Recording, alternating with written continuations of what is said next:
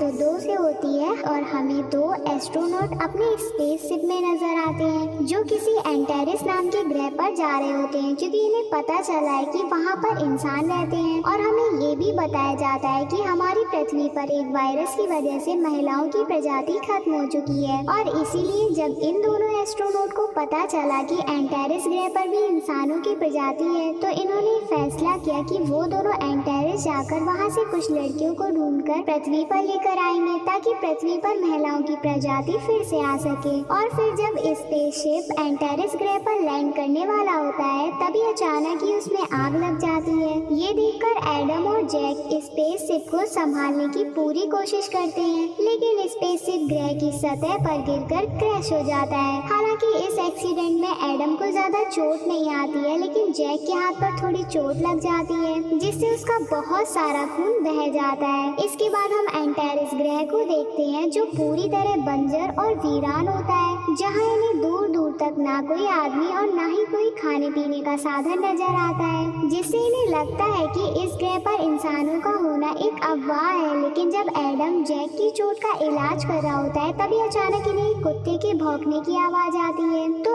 Adam आवाज का पीछा करते हुए आगे जाता है, तभी एक जगह एडम को एक छोटा बच्चा एक कुत्ते के साथ नजर आता है। तो एडम उस बच्चे से बात करने की कोशिश करता है, लेकिन वो बच्चा एडम को देखते ही वहाँ से भागने लगता है। ये देखकर एडम भी उसके पीछे पीछे जाता है, और तभी एक महिलाओं का समूह वहाँ आ जाता है जो किसी सिपाही की तरह लग रही होती है, और फिर वो महिलाएं उस बच्चे को पकड़कर अपने साथ ले जाती हैं। इधर एडम जब उस बच्चे को इधर उधर ढूंढ रहा था, तभी वो एक बड़े से महल के सामने पहुँच जाता है, और एडम चुपके से उसके अंदर चला जाता है और वहाँ पर बहुत सारी महिलाओं को देखकर हैरान रह जाता है। इसी दौरान एडम को उनकी बातों से पता चलता है कि इस ग्रह पर महिलाएं आदमियों पर राज करती हैं और उन्हें गुलाम बनाकर अपने सारे काम करवाती हैं। यहाँ तक कि जब उन्हें किसी आदमी के साथ रोमांस करना होता है, तो महिलाएं उनकी मर्जी के बगैर ही अपने मन चाहे आदमी के साथ कुछ भी कर सकती हैं। इसी दौरान एडम देखता है कि वहाँ कुछ महिलाएं अपने गॉड के लिए प्रे कर रही होती हैं। तभी हमें पता चलता है कि धार्मिक महिलाएं एक ऐसे ग्रुप से संबंधित हैं जिसे टेक्सन चलाती है। उसी समय एक बहुत ही बड़ा सांप जमीन से निकलता है, जिसकी ये सभी महिलाएं पूजा करती हैं और इसी को अपना गॉड मानती हैं। और फिर हम इस ग्रह की रानी सुमुरु को देखते हैं जो टेक्सन के काम से बहुत कम खुश होती हैं। तभी वहाँ कुछ महिला सिपाही उस बच्चे को लेकर आती हैं, और ये सब एडम बड़ी हैरानी से देख रहा होता है। तभी टेक्सन उन सभी को बताती है कि इस बच्चे को हमारे स्नेक गॉड के लिए बलिदान किया जा रहा है। ये सुनकर उस बच्चे की बहन डक, जो रानी की सैनिकों में से एक है, वो टेक्सन के ग्रुप की महिलाओं पर अटैक कर देती है। इसी दौरान हमारे सामने एक और बात आती है कि महल के अंदर की महिलाएं 2 ग्रुपों में बटी हुई हैं, एक जो टेक्सन का काम करती है और दूसरी जो रानी सुमुरु का काम करती है। वहीं डक टेक्सन के सिपाहियों के साथ लड़ी रही होती है कि तभी स्नेक गॉड टेक्सन के ग्रुप की एक महिला सिपाही को निगल लेता है। ये देखकर टेक्सन काफी गुस्से में आ जाती है और अपने सिपाहियों से डक को पकड़ने के लिए बोलती है, लेकिन रानी उसे ऐसा करने से रोक देती है, जिससे रानी और टेक्सन में बहस हो जाती है। इसी बीच एडम, जो एक कोने में छुपकर इनकी सारी बातें सुन रहा था, तभी उसके फोन पर जैक की कॉल आ जाती है, जिसकी आवाज वहाँ मौजूद सभी महिलाएं सुन लेती हैं। ये देखकर टेक्सन अपने सैनिकों से एडम को पकड़ने के लिए बोलती है, और एडम उन पर अपनी गन चलाकर भागने लगता है। इसी भागा दौड़ी में वो छोटा बच्चा भी वहाँ से भाग निकलता है, और फिर कुछ देर बाद हम एडम और उस बच्चे को एक साथ देखते हैं, जिसे बचाने के लिए एडम अपने स्पेसशिप पर ले जाता है। लेकिन तभी टेक्सन के महिला सिपाही एडम पर अटैक कर देते हैं, जिसमें वो बच्चा तो बच जाता है, लेकिन एक सिपाही एडम के पैर में तीर मार देती है। लेकिन फिर भी एडम बड़ी मुश्किल से स्पेसशिप के अंदर आ जाता है, पर तीर में जहर लगे होने की वजह से एडम की हालत खराब होने लगती है। वहीं स्पेसशिप के बाहर रानी अपने सिपाहियों के साथ आ जाती है, जो टेक्सन के सिपाहियों को वहां से जाने के लिए बोलती है, और फिर स्पेसशिप के अंदर जाती है, जहां एडम बहुत ही बुरी तरह से जख्मी पड़ा हुआ था। तभी रानी अपने बालों से कुछ निकालती है और एडम की बॉडी में लगा देती है, जिससे एडम की जान बच जाती है। फिर अगले सीन में हम एडम को रानी के महल में देखते हैं जहाँ जैक भी होता है, और जब एडम को होश आता है तब जैक उसे बताता है कि उसे रिसर्च से पता चला है कि ये ग्रह अगले 2 महीने में ही खत्म हो जाएगा, क्योंकि यहाँ पल पल भूकंप के झटके आते हैं जिससे ये ग्रह धीरे धीरे खत्म हो जाएगा। ये दोनों बात ही कर रहे होते हैं कि तभी वहाँ फिर से भूकंप आ जाता है। इसके बाद रानी के सैनिक एडम को रानी के कमरे में ले जाते हैं, जहाँ एडम रानी को सारी सच्चाई बताने की कोशिश करता है। यहाँ एडम रानी को बताता है कि वो पृथ्वी से आया है। इसके साथ ही एडम रानी को ये भी बताता है कि एंटेरिस के लोग भी पृथ्वी के ही वंशज हैं। दरअसल आज से सैकड़ों साल पहले एक एस्ट्रोनॉट लोगों का दल इस ग्रह पर लाइफ की खोज करने के लिए आया है, जिन्होंने पहले 100 सालों तक पृथ्वी पर संपर्क बनाकर रखा, लेकिन बाद में कुछ तकनीकी खराबी की वजह से उनका पृथ्वी से संपर्क टूट गया और इस वजह से ही वो सारे एस्ट्रोनॉट लोग इसी ग्रह पर फंसकर रह गए। अब एडम की सारी बातें सुनने के बाद रानी भी हैरान हो जाती है और एडम की बातों पर इसलिए यकीन करती है क्योंकि उसके पूर्वजों ने भी पहले पृथ्वी के बारे में बताया था। और फिर रानी एडम को अपने ग्रह के बारे में बताती है कि यहाँ लगातार भूकंप आने की वजह से ये ग्रह पूरी तरह बर्बाद हो गया। तभी अचानक टेक्सन का एक ग्रुप पावर में आया जिसने ग्रह पर रहने वाले लोगों को स्नैक गॉड के प्रति आकर्षित किया। वहीं टेक्सन एक शाही परिवार से आती है जो मेरी तरह ही रानी बनना चाहती है, लेकिन ग्रह के लोगों ने उसे अपनी रानी स्वीकार नहीं किया और इसी वजह से टेक्सन अपने ग्रुप को बड़ा कर रही है ताकि एक दिन वो रानी को मारकर उसकी जगह राज कर सके। इसके बाद रानी एडम को बताती है कि बहुत सालों पहले आदमियों ने यहाँ प्रकाश की बहुत फ्लैश देखी जिसमें बहुत से आदमी मारे गए थे और उसी दिन से महिलाओं ने आदमियों को अपना गुलाम बना लिया।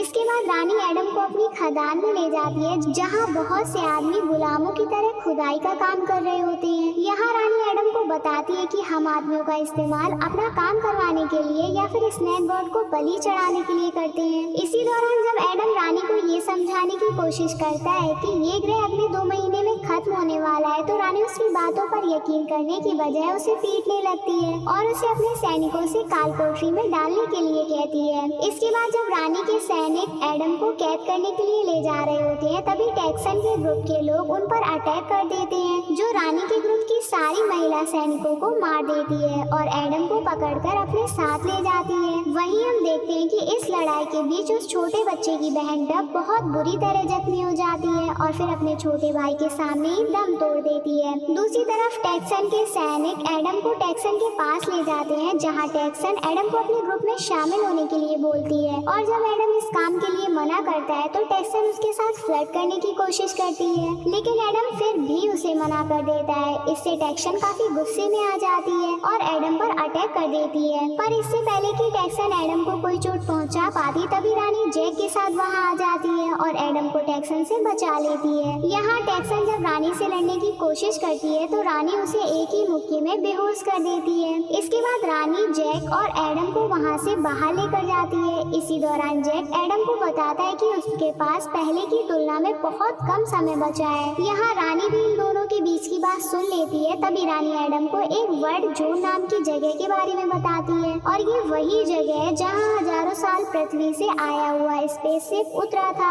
ये सुनकर एडम और जैक खुश हो जाते हैं क्योंकि उन्होंने किसी तरह से उस जगह पर पहुंचकर अपने जहाज को स्टार्ट कर लिया तो वो वापस पृथ्वी पर जा सकते हैं। यहाँ रानी भी उनकी मदद के लिए तैयार हो जाती है। इसके बाद रानी एडम और जैक के साथ वर्ड जोन की तरफ जाती है जहाँ से वो उनके साथ पृथ्वी पर जा सकती है। इस दौरान रास्ते में टेक्सन के सिपाही रोकने के लिए आते हैं पर ये जैसे तैसे करके उन्हें चकमा देकर आगे बढ़ते रहते हैं। इसी दौरान रानी एडम के कहने पर कैद किए हुए सारे गुलाम आदमियों को छोड़ देती है और फिर महल से बाहर निकलकर एडम और जैक रानी के साथ पैदल ही वर्ड जोन की तरफ जाते हैं। तभी रास्ते में एडम रानी को पृथ्वी पर चलने के लिए मनाने की कोशिश करता है, लेकिन रानी साफ मना कर देती है। यहाँ रानी एडम से कहती है कि वो अपने लोगों को यहाँ मरता हुआ छोड़कर नहीं जा सकती है। तभी रास्ते में एक जगह पर जैक को एक आदमी का कंकाल दिखाई देता है और जब जैक अपनी डिवाइस की मदद से उसकी जांच करता है तो उसे मालूम होता है कि इस आदमी की मौत पिछले 1000 साल पहले हुई थी। और यहाँ जैक ये भी बताता है कि करीब 1000 साल से पहले यहाँ बहुत ही बड़ा विस्फोट हुआ था जिसकी वजह से बहुत से आदमियों की मौत हो गई थी।